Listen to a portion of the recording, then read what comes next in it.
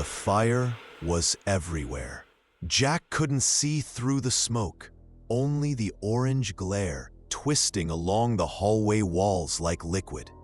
Someone was shouting his name, another voice coughing. Then, silence. The ceiling cracked somewhere above him. A moment later, it all came down in a roar. One day earlier, they'd been walking for 6 hours when Ryan said he couldn't feel his toes anymore. The path through the Appalachian woods had turned into a muddy scar. The sun already dropping behind the tree line. Jack checked his GPS again. Still no signal. The thin gray line of the trail simply disappeared into static. "Let's call it," Ryan muttered, dropping his backpack onto a wet log. "We've passed, what, 2 cabins in the last 30 miles? I'm not dying out here because you wanted the scenic route." Jack gave him a tired look. "We just need higher ground, maybe 10 minutes. Nina, walking a few steps behind, raised her camera and snapped a photo of the tree canopy, almost black against the evening sky. "Higher ground means more wind," she said softly, "and probably less mud." Her voice was calm, but heavy. They were all too tired to argue. The trail curved sharply and began to climb. For a while they said nothing, only the sound of boots against wet soil and Ryan's occasional curses. When they reached the ridge, the woods suddenly opened, revealing a slope that dropped into a hollow. And there it was, a house, half hidden by the trees. Not a cabin, a house. Brick walls, 2 stories, a front porch sagging under its own weight. One of the shutters hung by a single hinge, clapping against the siding with each gust of wind. The roofline leaned slightly to one side, as if exhausted from holding itself up for too long. Jack stopped first. "That's unexpected." Nina squinted through her camera lens. "It's 19th century, maybe earlier. Look at the columns, Greek Revival style. What's it doing out here?" Ryan dropped his pack and exhaled. "Existing for us to sleep in, hopefully." No one laughed, but they all knew he was right. The clouds had gone dark and heavy, and the air smelled like rain. The front steps groaned under their weight. Jack pushed the door. It moved easily. No lock. The smell inside hit them first. Dust, wet wood, and the faint sweetness of rot. They stepped in one by one, their flashlights slicing through the darkness. Furniture lay under thick sheets of dust. A tall mirror leaned against the wall, its surface cracked in a spiderweb pattern. Every corner seemed to hum with the quiet tension of a place untouched for decades. "Creepy," Ryan whispered. "Just old," Jack corrected him. "Old isn't the same as haunted." Nina knelt beside the fireplace. "Looks like it's still intact.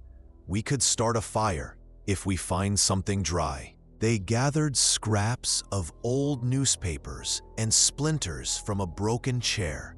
The fire caught slowly, smoke curling up through the chimney that, somehow, still worked. The glow painted the room in gold and amber, softening the edges of ruin. For the first time all day, the cold began to fade from their bones. Ryan lay back against his pack, eyes half closed. "You know, this might actually beat the tent." "Don't get too comfortable," Jack said. "We'll head out at sunrise." Nina smiled faintly, turning her camera toward the flames. "It's beautiful in a sad way," she murmured. "Like time forgot it." No one answered. The sound of the fire filled the silence, steady and calm. Jack leaned his head against the wall, feeling the exhaustion spread through him. The room flickered softly, warm and alive for the first time in decades. Outside, the wind rose, whispering through the trees, and rain began to fall in slow, heavy drops against the broken windows. Inside, the three of them drifted into sleep, unaware of how quiet the woods had become around the house. Jack woke to silence. Not the deep, muffled kind of silence that comes before rain, but something cleaner, like the air itself had been rinsed.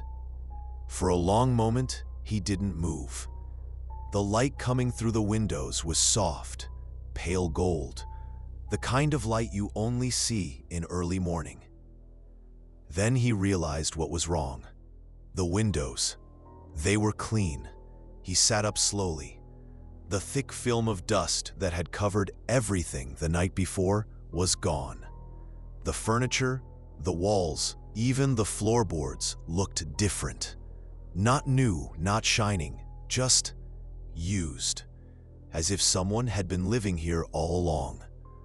Ryan stirred beside the fireplace, rubbing his eyes. "Man, that was the best sleep I've had in a year," he said, stretching. Then he froze mid-yawn. "Wait, did someone clean this place?" Nina was already kneeling by the hearth, frowning. "There's no ash," she said quietly. "The fire's gone, but the bricks are spotless." Jack got to his feet, uneasy now. He crossed the room to the window. The glass was whole, no cracks. The grime that had been layered thick across it was gone, leaving a faint reflection of his face. He touched the surface. Smooth. Cold. "Maybe there's a caretaker," Nina suggested, standing. "Someone who came during the night?" Ryan laughed nervously. "Yeah, right. Creepy ghost janitor of the Appalachians." But the laughter didn't stick. The house felt different, lighter, but wrong in a way that was hard to define. There was no smell of mildew anymore, no damp air, only the faint scent of soap and wood polish, like a museum exhibit. They wandered through the hall, moving slower than before. The floorboards still creaked, but the sound was dull, muted. In the dining room, sunlight filtered through curtains that hadn't been there yesterday. White linen, slightly yellowed with age, but clean.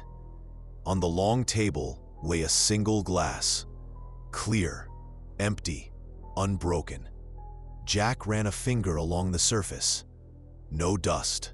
"This is insane," Ryan muttered. "We didn't dream that, right? The dust, the filth, the smell?" "No," Nina said. "We didn't." She was staring at the glass, her brow furrowed. "Someone must have been here. Maybe still is." They exchanged glances, the kind of look that says what none of them wanted to say out loud. Jack turned toward the staircase. "Let's check upstairs. If someone's here, I'd rather meet them in daylight."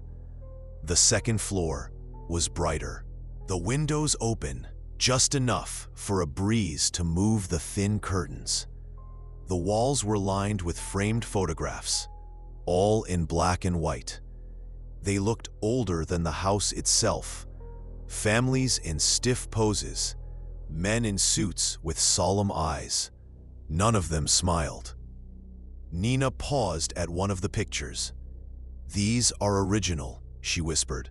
"See the edges? Albumin prints. Probably 1870s. Ryan leaned closer. "Any idea who they are?" She shook her head. "Not yet." They reached the end of the hallway, where a door stood slightly ajar. Jack pushed it open, careful not to startle whatever might be behind it. It was a study, or what had once been one. A large desk stood in the center, its surface smooth and neatly arranged. Shelves lined the walls, filled with books whose spines were cracked but still legible. Medical texts, mostly. Ryan gave a low whistle. "Well, Doc Lawton had taste. Wonder if he left a will." Jack frowned. "What did you just say?" Ryan pointed at a small brass plate on the desk. The engraving was almost worn away by time, but the letters were still visible. H. Lawton, M.D. Nina took a slow breath. That's the same name from the photo downstairs. The three of them stood there for a long moment, the light shifting across the room. Somewhere outside, the wind caught the trees, their shadows sliding across the floor like moving water. Jack finally spoke. "We'll look around, take a few pictures, and then we're leaving. Before this place decides to surprise us again." Nina nodded, lifting her camera. The shutter clicked once, echoing softly through the empty hall. The study was colder than the rest of the house. Not from drafts, the air didn't move, but from something that felt built into the walls themselves. A faint odor lingered in the room, the scent of alcohol, medicine, and something metallic, dry, and old. Jack opened the desk drawers carefully. Most were empty, lined with paper yellowed to the color of dried leaves. In the bottom drawer, beneath a pile of brittle envelopes, he found a small leather notebook. The cover had cracked with age, and the pages inside were stiff and uneven, like parchment. He placed it on the desk. Nina took a quick photo before anyone spoke. Ryan leaned over, squinting at the faded handwriting. "Dr. Henry Lawton," he said. "Guess we've met the guy who used to live here." Jack opened the first page. The ink had bled into the fibers, but most of it was still readable. Clean, precise script, written by someone who'd done this 1,000 times before. June 5th, 1873. "The isolation here is perfect. No interruptions. The townsfolk in the valley avoid this road. They think the house is cursed. Superstitious nonsense. Still, it keeps them away." Ryan gave a quiet laugh. "Great neighborhood." Jack turned another page. June 20th. "Continued success with preservation. The specimens remain intact for several days. The alcohol base works. Need larger samples." "Specimens," Nina repeated under her breath. "Animals, right?" Jack didn't answer. He kept turning the pages. The tone of the writing shifted almost imperceptibly. What began as careful scientific notes grew thinner, colder, detached. July 4th. The cat lasted 21 minutes. Respiration ceased, but the heart continued with weak rhythm. The process has promise. Nina stepped back, grimacing. "I don't want to read this." Jack's eyes scanned ahead, slower now. August 12th. Human physiology differs more than expected. Secured assistance. The cellar will suffice for work. Must reinforce the door. Ryan frowned. "Wait, human physiology?"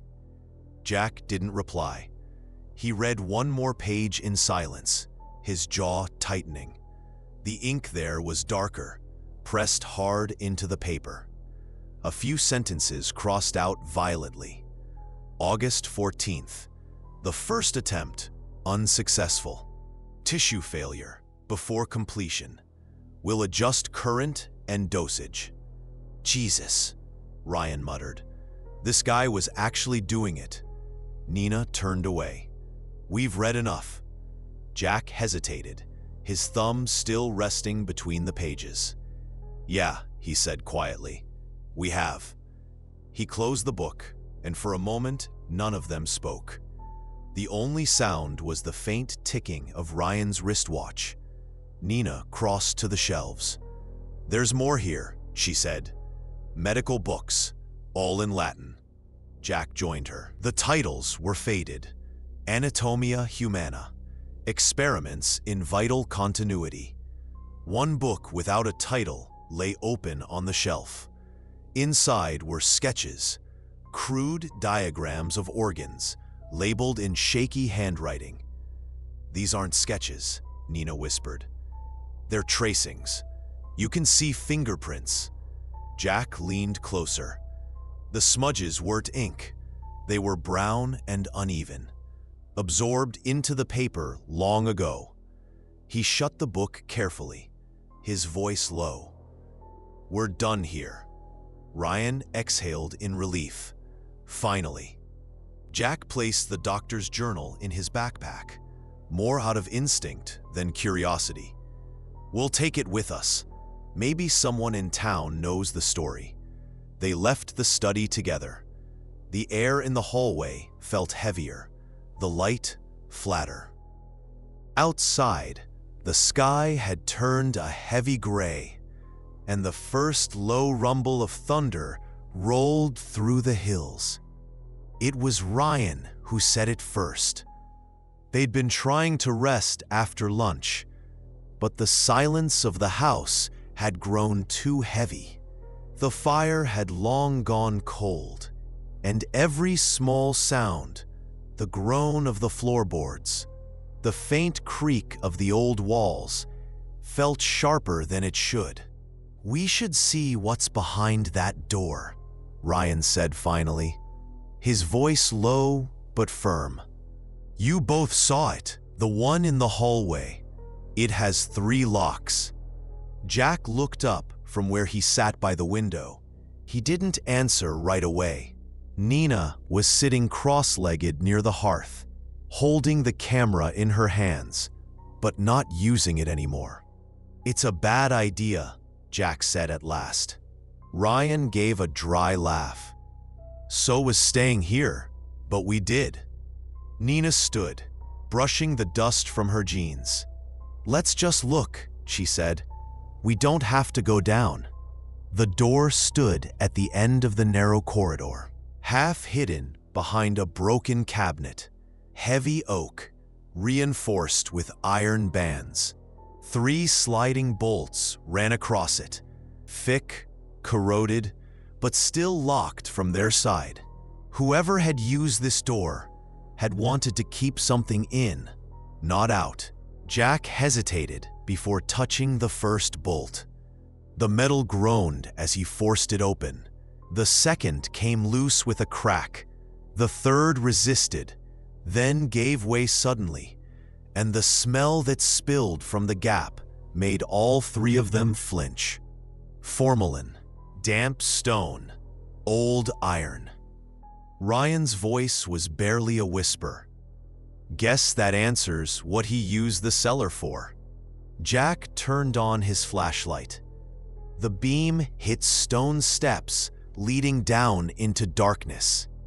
The walls were lined with brick, wet with condensation. "Just a look," he said quietly. They descended slowly, one cautious step at a time. Each creak of the wood and echo of their breathing felt unnaturally loud. The air grew colder, heavier. When Jack's light reached the floor, the space opened into a low, vaulted room. The beam swept across shelves, and the first glint of glass stopped them cold. Rows of jars, dozens, maybe hundreds, some cloudy, others clear enough to reveal what floated inside. Small, twisted organs, grayish and shrunken, suspended in pale yellow liquid. A few were labeled in fading ink. Specimen 34, canine. Others were unmarked. In the center stood a metal table, streaked with old stains. Next to it, a tray lined with tools. Scalpels, bone saws, clamps. Every one of them rusted, but laid out with unsettling precision. Nina covered her mouth. "He did this here," she whispered. "All of it." Jack didn't respond. He was standing near a smaller table, covered with papers and thin ledgers. Dust clung to the pages, but when he brushed it away, one of the notebooks opened by itself. The handwriting matched the doctor's upstairs. Neat, exact. Names, columns of them, hundreds of entries, each followed by a date, most from the 1870s, some crossed out and rewritten. Ryan leaned closer, reading before he realized what he was saying. August 1874, subject number 212, male, approximately 30, local laborer. He froze, his voice breaking. Jesus. Nina stepped back, shaking her head. He kept records, like an inventory. Jack traced the edge of the paper. It was an inventory. The air seemed colder now. The smell of chemicals thickened, clinging to their throats. Nina turned toward a wooden cabinet at the far wall. The doors were slightly open. She pulled one wider and froze. Inside were more jars, but these were different. Each one had a handwritten tag. Names, not numbers. The ink had faded, but the letters were still visible. Dozens of them. She turned slowly toward the others. "They're people," she said softly. He started using names. No one spoke. The silence pressed down, dense and heavy. Ryan finally moved toward the stairs. "We're leaving," he said. "Right now." Jack nodded, his flashlight trembling slightly. "Agreed." They started back up, but halfway, a sound stopped them. Distant, muffled.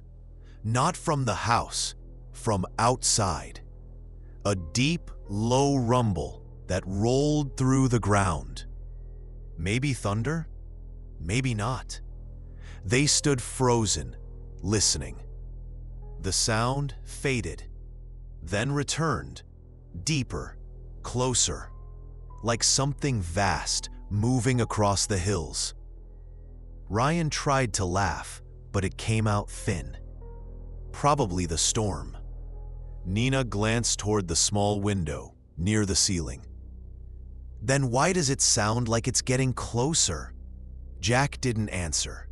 He pushed the heavy door open and let the cold air from the hallway rush in. For a moment, none of them moved. Then he spoke, quietly but firmly. "Pack up," he said. "We're leaving now." The wind was picking up when they reached the main hall. The walls creaked with every gust, the sound like a groan deep in the wood. Dust fell from the ceiling in small clouds. Outside, the light had gone from gray to the color of lead. "Pack everything," Jack said, his voice steady but low. "We'll take the main road down the ridge before it gets dark." Ryan threw his bag over his shoulder. "Assuming we can even find it." Nina stood near the window, peering through the fogging glass. "Jack," she said quietly, "come look at this." He stepped beside her. The woods outside were dim and colorless. But far in the distance, just beyond the tree line, something flickered. Small points of orange light. "Is that lightning?" Ryan asked. "No," Jack said. "Too low." There were more of them now. Dozens, maybe hundreds, moving slowly through the trees, weaving between the trunks. "They're fires," Nina whispered. "Torches." For a moment, none of them spoke. The house seemed to shrink around them, the air tightening. Ryan swallowed. "Could be locals," he said. "Hikers, hunters." Nina shot him a look. "At dusk? In a storm?" Carrying torches? The wind howled through a broken window pane. One of the shutters outside slammed hard against the wall. Jack's mind was running ahead of his fear. "They're moving uphill," he said. "Toward us." Ryan turned away from the window. "We should leave now." "Out there?" Nina asked. "Into the woods? We'll lose the trail in 10 minutes." Jack didn't answer.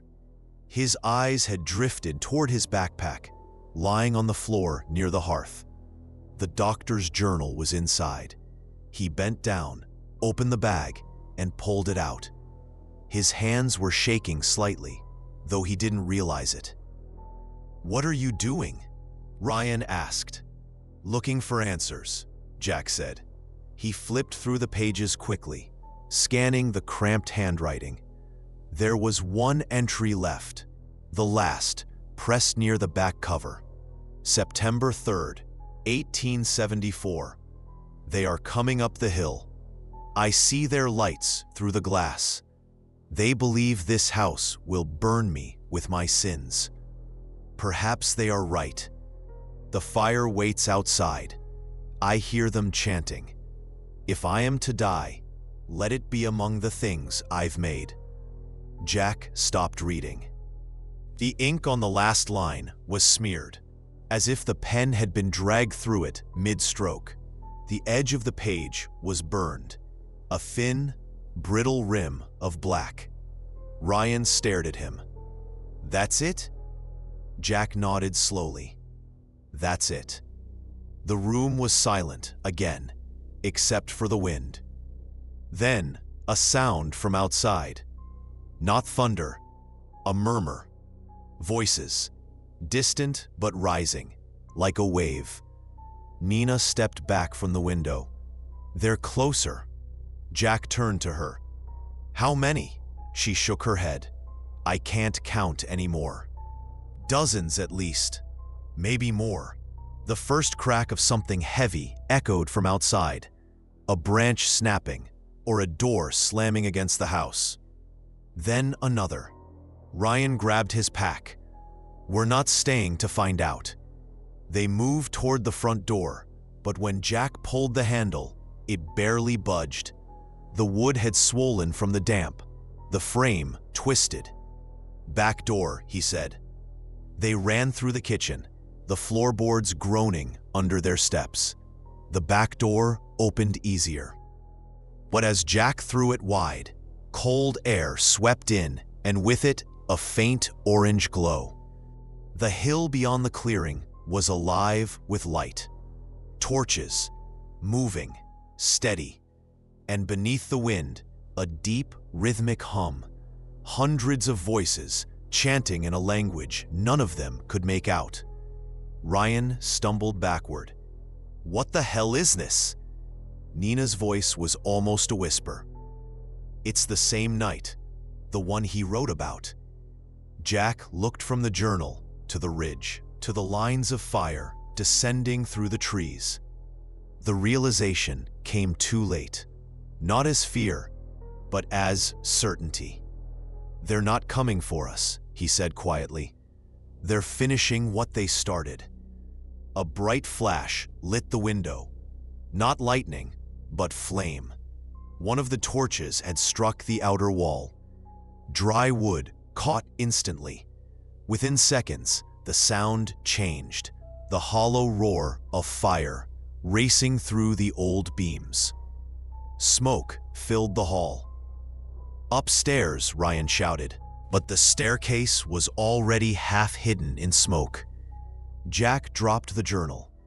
Pages flared as the fire reached them. He turned once toward Nina, her face pale in the orange light. The glass in the windows cracked. The hum outside had turned into shouting. For a heartbeat, Jack thought he could see them. Figures on the slope, their torches raised, faces lost in the glare. Then the ceiling gave way. 3 years later, a group of hikers passing through the ridge stopped to rest by the river. The fog was thick that morning, but one of them pointed toward the tree line. "There," she said. "Do you see that?" A roof line, a porch, the shape of a house, faint through the mist, but real enough. It looked old, abandoned, and for a moment, as the fog shifted, they could have sworn they saw light flicker in one of the upstairs windows. If this story unsettled you, leave a like and let the shadows know. Subscribe for more tales you shouldn't hear after dark. And if you've seen something you can't explain, tell us in the comments. We're always listening.